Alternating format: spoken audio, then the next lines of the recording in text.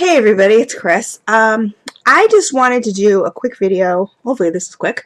Every time I say quick, it's not quick. But I wanted to give everybody a little insight onto what it entails as far as when I test. Because I know there's been a lot of questions, there's been a lot of speculations, all this kind of stuff, whatever. And I thought this would be good for vendors also, so they know. Obviously I keep in close contact with vendors, but you know, just quickly so people can know, my subbies can know, when I test wax for vendors, what exactly it entails. I'm going to start off first by showing you, I'm going to try to show you, I'm going to remove my webcam, my testing station, I'll call it. Let me just remove this really quick. Excuse my hand. Okay. So if you can see over there, that's my tester table. I have my 20 watt glade warmer, which I'm actually testing something in right now. I have an 18 watt, which is the off-white one. The 24 watt, which is the brown one. I have a 14 watt LED, which is the round globe one. And I have, it was originally a 25 watt Sensi warmer, which is the owl. But I wasn't getting much luck with that, so I actually changed the bulb and upped it to 40 watt, a 40 watt bulb, which seems to work much better. Okay, so that is my testing station. Am I crooked? Okay, I don't know. I may be crooked. Anyway, so that's my testing station. That's kind of a central area in my open floor plan. So,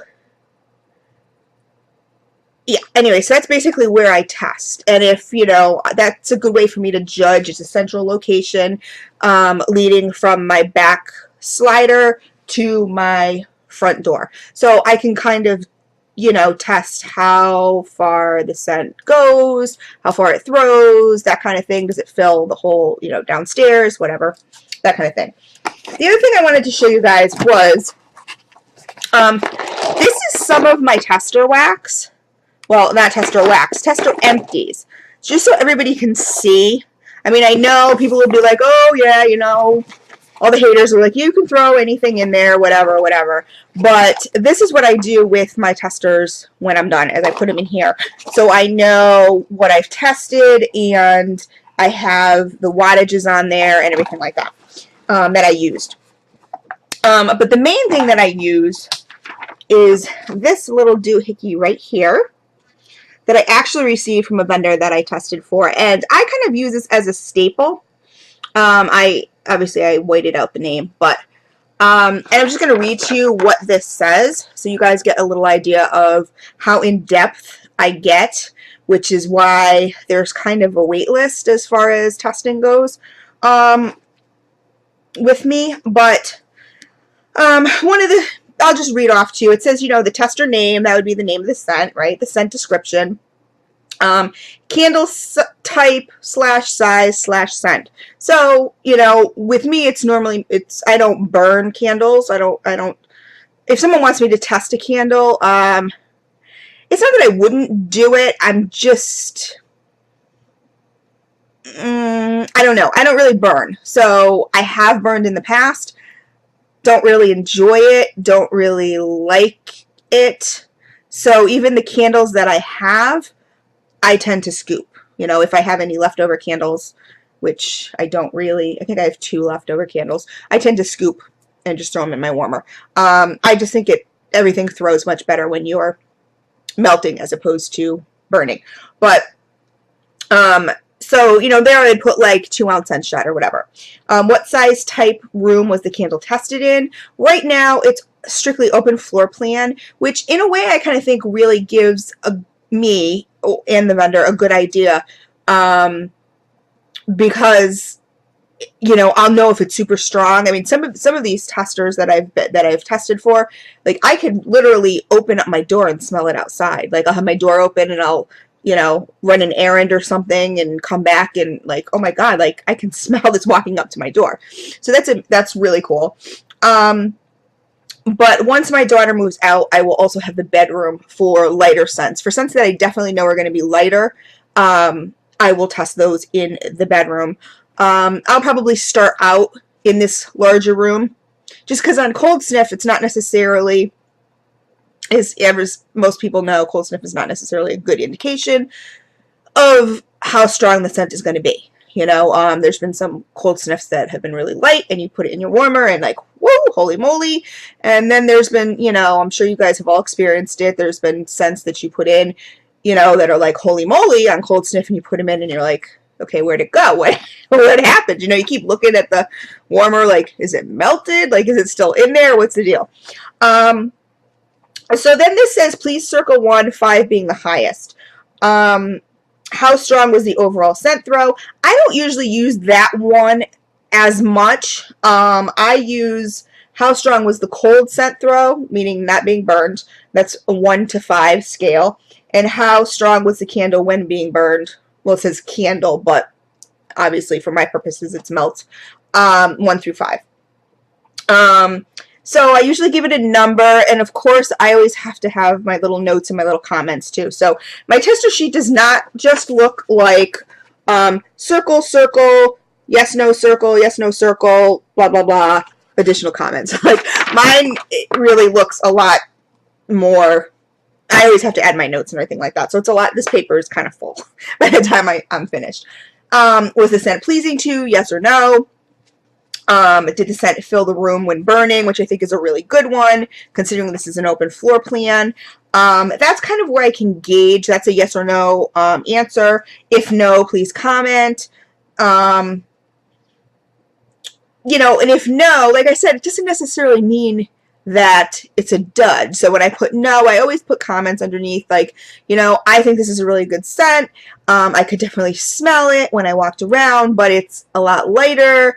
It's not something that filled up the whole, you know, first floor. And when I say whole first floor, guys, I'm talking, I only have 800 square feet in this condo. So I'm not talking like, you know, a 2,400, you know, square footage house. So, you know, don't think when I say whole first floor, it's like, well, oh my God, well, duh. I mean, you know, you expect everyone's to fill the whole first floor. No, I mean, this is only 800 square feet, the whole kit and caboodle. So, so just so you know, that's kind of, you know, I know whole first floor kind of sounds a little intimidating, but it's not.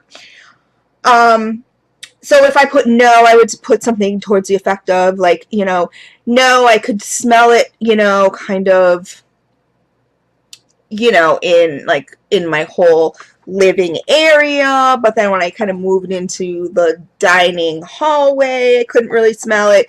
This might be better for a smaller room, like definitely for a smaller, you know, for a bedroom or something to that effect. That's why I'm really excited. Once my daughter moves out, I'll get my bedroom back, so I will also be able to test in there too, which will make the process go a lot faster, number one, and number two, it will just, you know, help me gauge a little better as far as, what do you call it, you know, scent throw, like, you know, yes, it's good for a bedroom, a smaller bedroom or whatever, it's good for a bathroom or whatever. Was the fragrance realistic or true to its name? Now, that's a question that a lot of times I put question marks next to. I'll cross out yes or no and I'll put question marks. Because what's hard is there's a difference between its name and then the scent description. There's been a lot of stuff that I've tested where I'm supposed to smell notes of A, B, C, D, E, F, G. You know what I mean? And it's like, okay, I don't smell all those. I know I can catch notes, you know, like 1 through 4 maybe, or whatever, you know, 4 out of those 8 notes or whatever. But, so I normally cross that out. I mean, if it's a simple scent, yes, I'll say yes, or I'll say no, you know, or whatever. Like if it's caramel cake, okay, no, it wasn't really true to its name. I could smell the caramel, but I didn't get any cake scent whatsoever. You know, maybe try calling it caramel something else. I don't know, whatever. But like I said, I also add, when I put in the scent description, I will also put like in parentheses, what notes I caught and what notes I could smell and what notes I just think are, I know a lot of time the scent description is already, the vendors don't make up the scent description. Those are already made, by the fragrance oil companies. So, but I'll say, I didn't really catch too much of this or this or this, but yes, I definitely caught, strawberry, raspberry, banana, whatever, but I didn't catch musk and undertones of wood or whatever. Were you pleased with the overall quality of the melt? Now, I don't know if a lot of people are super duper, if this is a super duper relevant or important question to people. Because me personally, if I can, as long as I can get it out of the scent shot cup and into my warmer, or what, if it's a scent shot, then I have no issue. I mean, even if I have to use a spoon and scoop it, whatever. I mean, as long as I can get that sucker in there, it's fine. There have been a few that I have actually had to cut out. Then that would be a definite no. But that question sort of, to me personally, if that's important to you as a vendor, let me know. I mean, I will definitely say that, if it was a great wax consistency, what I consider great wax consistency, I will definitely put that, like, oh my God, amazing wax consistency, or God, this was really, really dry. It didn't affect the scent throw, but it looked old. You know what I mean? Like it looked old and it was very dry or crumbly or whatever. But you can kind of take it as you do, whatever. And then, is this a fragrance you consider purchasing in the future? Yes or no? And the reasons why would, of course, be, based on the questions above. And then, of course, the additional comments is where I go nuts. So that's, all my little notes and whatever kind of stuff. I mean, like I said, I do post notes on the side. You'll see, if you get one of these from me, you'll get notes on the side here. You'll get notes on the bottom. You may get notes over on this side. It's just how I do things. And then I give the vendor the choice of, do you want a video or do you not want a video, or do you want both? Because what I will do is I will then take this sheet or sheets, depending, I use one sheet for each scent, or if you want me to try them in different warmers, then it would be, like say you sent me 2 of everything because you wanted me to try it in an 18 watt and try it in a 24 watt. Well, then I would have 2 of these per scent. One for the 18 watt, one for the 24 watt, and then you could compare which one works better, as far as, because I know a lot of people do ask, or do tend to ask vendors, what is your wax, what is the best, wattage or whatever, what's the best, where do you find that it performs the best? Because like all of us consumers, we don't want to purchase something that a vendor recommends, like say, or we don't know, but say a vendor like really prefers an 18 watt warmer, and this whole time we've been melting it in a 24 watt, and we're getting that punch at the beginning, but it's lasting like 2 hours. So we're kind of like, huh? Like, what's the deal? And then you go back and you ask the question, and they go, oh no, we really prefer an 18 watt, Oh, okay, well, that makes a lot of sense. The other thing that I do when I test is I tell vendors, there's a few ground rules. Like I said, right now I have a wait list, so I let everybody know that it's kind of first come, first serve as far as when I receive the wax. I will date the box. I ask the vendor, like I'll put, okay, you're number 1, you're number 2, you're number 3, whatever, on my thing.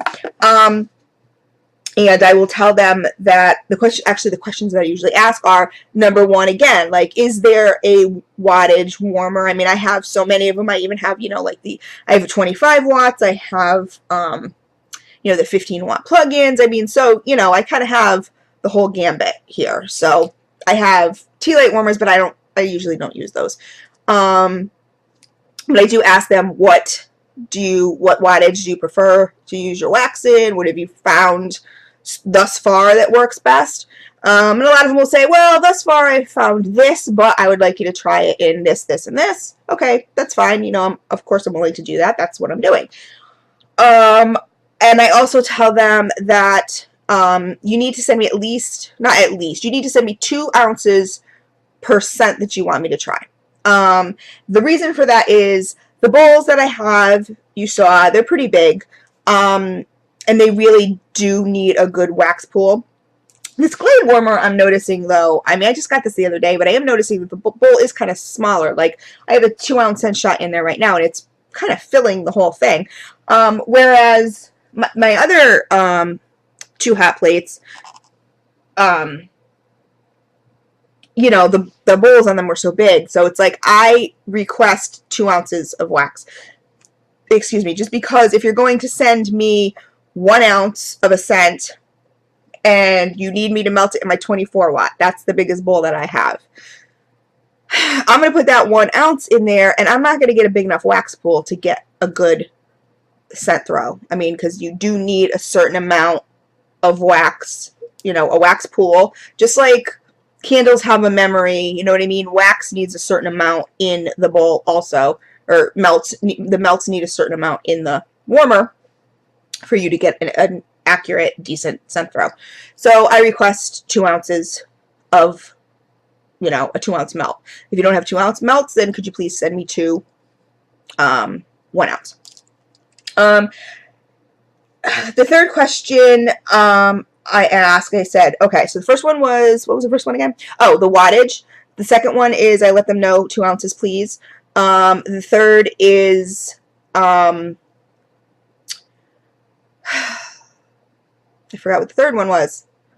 Oh my lord, this is how my day's been going today. It's been crazy.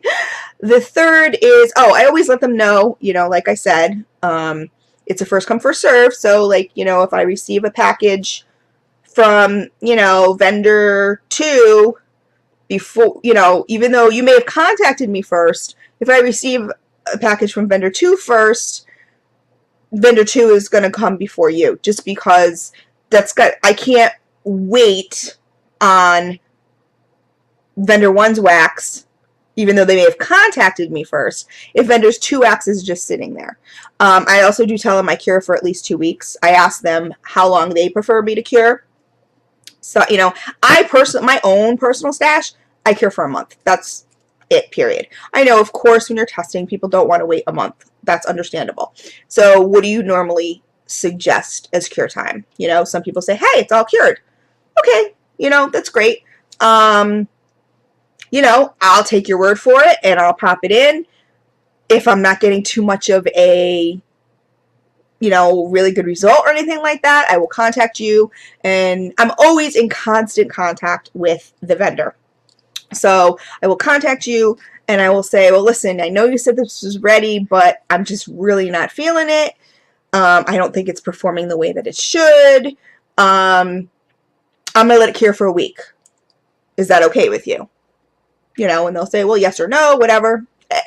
Everybody that I've dealt with so far has been very pleasant and, you know, amicable and, you know, easy. So there hasn't been any, you know, real, you know, pains. So anyway, and I don't expect them, you know. So the other thing too is I always offer to pay for the product or pay for shipping.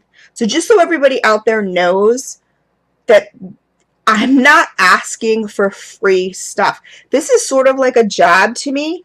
I take it very, very seriously, and I am very thorough, and I'm very honest. And so I feel that's the only way that a vendor is going to improve if improvements need to be made. So I do offer, like I said, to either pay for the product or pay for shipping. I have not had a vendor yet take me up on that, but that's their choice. It's always thrown out there. I always offer. You know, some people have kind of laughed at me before, and they're like, well, what's the point? Because you're helping us. You're like, you know, doing all this work. And I'm like, well, you know, I just want to throw it out there, you know, and I'm not asking for free stuff. This is stuff that's going to be tested. It's going to be melted. you know, and it is a lot of work. So for, you know, people who want to test out there, just so you know, and like maybe you haven't like delved into it yet or whatever, or you're wondering, this isn't a matter of, oh yeah, that smells good. Oh no, don't like that one. That's not testing, and that's not doing a review. So I know a lot of people think my videos are super duper long, and a lot of them are. Well, you should see what the videos for the vendors are, because they're even longer, because there is a lot that goes into it. Because not only do I have to take one of these and I have to melt it, I have to wait until there is no scent left, so that I can say, okay, on day 1, I melted it from 8 a.m. to 5 p.m. The scent was this, you know, the scent throw was this, and on day 2, I resumed melting.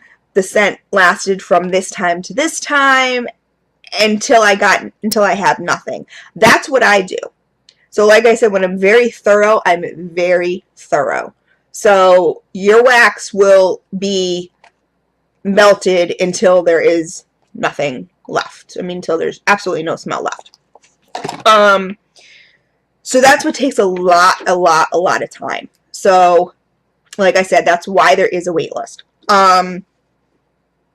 But other than that, I just wanted, like I said, I wanted to give you guys kind of like an idea. I wanted testers to know, people who test or review, to understand that, you know, it kind of is a full-time job. Like, I have not personally in the last month and a half melted. You haven't seen a what I've been melting video, because, well, you may have seen like one that had maybe like 4 things or something like that. But for the most part, you have not seen a what I've been melting video, because I've been testing. So I really cannot test. I mean, I really cannot melt like my wax, my stash, my own personal stash, you know, and say, hey, I feel like cotton candy today, let's throw it in. You know, I really can't do that because I'm working. So anyway, so that's just a little bit about how I do things. So, you know, for other testers out there, or people who want to test or whatever, you know, just be prepared, because it is a lot of work. You know, it's not just like I said, you know, oh yeah, that smells yummy, that's great, it's a great scent. Oh no, that one stinks. It's, you know, it's a lot more in depth than that. So, it's not an easy job, but like I said, I really enjoy it. I like working with vendors. I like having the relationship that I do have with vendors. And so that's why I do it. You know, I mean, when the time comes that it's not enjoyable to me anymore, then I won't do it. But so far, like I said, I'm really enjoying it. It's exciting to me to kind of be part of the process and to see, you know, I get almost, you know, almost as excited as the vendor is like, you know, as far as, oh God, this scent sounds so good, you know, let's see, is it as good as it sounds, you know, kind of thing. So, and there's a lot of times too, I get disappointed. I get really disappointed when, like, you know, there's a scent that I absolutely love, like, I love it, and it just doesn't perform well, and I'm like, oh my God, can we do something? You know, like, I want to, like, shake the vendor and be like, can we do something? Can we amp this up, please? Let me know. Oh my God, I love this so much, I have to have this. And, you know, a lot of times, of course, you know, they're like, oh, you know, there's nothing I can do about it. I put the, you know, maximum amount of fragrance oil in, and if it's not going to throw, it's not going to throw. You know, what are you going to do? But anyway, guys, that's my video. Like I said, I just wanted to give everybody a little heads up as to what I do and how I do it. You know, some of my little tricks and doodaddies, whatever. But again, you know, I have it in my description on my YouTube channel, and I have a little video on, you know, what my channel's about. The description in my YouTube channel gives you more of an insight as to the whole testing procedure, and like I said, I'm always in constant contact. So, oh, the one other point that I wanted to make, I had started to make it before, but you know, this is how Chris's brain works. It does one of these things all the time. So I always ask a vendor, do you want a video, or do you want the testing sheet, or do you want both? The testing sheets or both. Now, they're going to get these testing sheets back no matter what. I will scan these and turn them into PDF files and email them to the vendor. So they will always get one of these. Unless, of course, it's like, I don't know, say a close personal friend who just wants to be like updated, you know, with each thing, and they just find that easier, you know, like each scent, they just want to be updated or whatever, you know. Was it a dud or was it good? You know, that kind of thing. I still do this, so I'm still in depth, but we just kind of message back and forth. So it's kind of a less, it's a more casual situation. But like I said, I still use these, and I will let them know my findings through, you know, personal message or whatever. But a vendor may say, yeah, I want a video. You know what I mean? Or no, I don't. And if they want a video, what I tend to do is I will make the video and I will send them the video link. So it would be an unlisted video. So only they have access to it. Only they can watch it. So then they can watch it and then they can decide for themselves, yes, I want to post this. Like, this was an insanely awesome review. I want to post it. And they will let me know and it'll be posted, because I really think a good review, I know a lot of people don't necessarily think that the reviews on YouTube are beneficial in any way or whatever, and that's, you know, your opinion. That's, you know, everyone has a difference of opinion. I go through YouTube videos all the time when I'm looking at new vendors or I'm thinking of purchasing from a new vendor.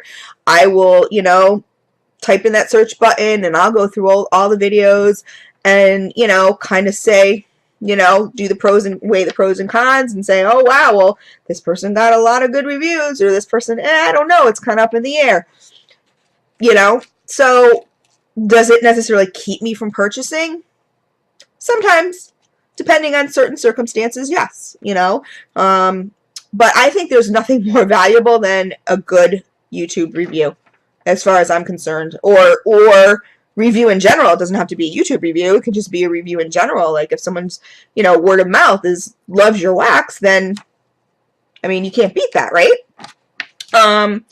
You know, so then they will choose, yeah, I want a review, but I want to see it first. Okay, that's fine. Or, hey, you know what? Just post the review as is. Okay, I'll do that too.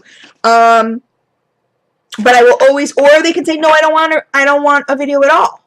Just send me the tester cards or tester sheets. Absolutely, I'll do that too.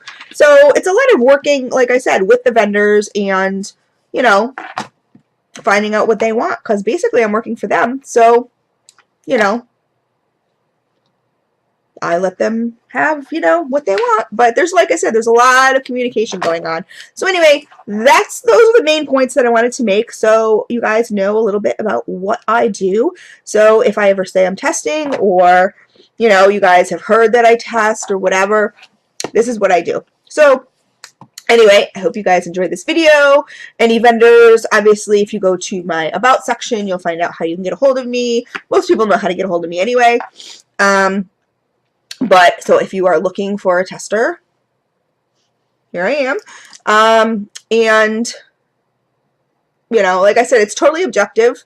It's a totally independent review. I know some people are like, oh, no, it's not independent because, you know, it was free. No, that doesn't make it not an independent review. You know what I mean? I've always offered to pay. That doesn't make it not non-independent just because it was free. Because it's not a matter of, oh, yeah, I have all this free wax, and, you know, it's not an independent review because, oh, I just got this free wax. No, I mean, I have to put a lot of work into this. So, and it's not free wax that I get to keep. It has to be melted.